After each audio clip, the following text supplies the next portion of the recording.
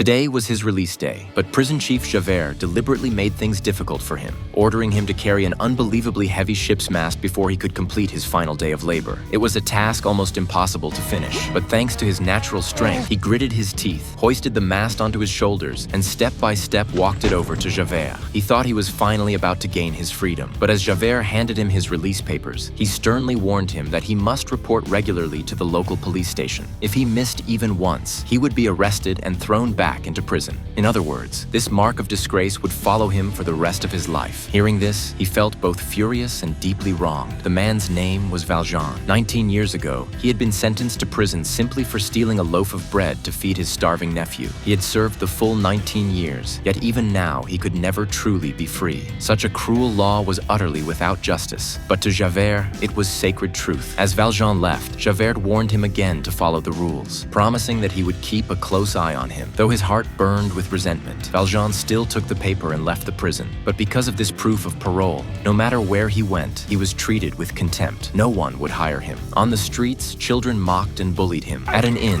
when he begged the owner to let him sleep in the stable for one night, he was thrown out, the owner afraid he'd dirty the place. Cold, starving, and with nowhere to go, he could only lie down to sleep in front of a church. But just as he drifted off, a priest woke him. The priest looked kind, took Valjean inside, gave him a warm bed and plenty of food. But after all his suffering, Valjean no longer believed there was such a thing as a good person. He was sure the priest had some hidden motive. So when the priest fell asleep, Valjean quietly stole all the church's silverware and slipped away, only to be caught by police a short distance later and dragged back before the priest. This time, it seemed certain he'd spend the rest of his life in prison. But to his shock, the priest didn't accuse him. Instead, he handed Valjean the church's most valuable silver candlesticks, saying, "You forgot these too." Stunned, Valjean took the candlesticks, and the police let him go. After they left, the priest spoke gently to him, saying, perhaps all this was God's plan, that he should forget the pain and mistakes of his past, use the silver to live honestly and kindly, and trust that God would guide him out of darkness. "May I save your soul in this moment," the priest said. Hearing these words, Valjean knelt, lost in thought, and began sincerely praying to God for forgiveness. 20 years in prison had broken him.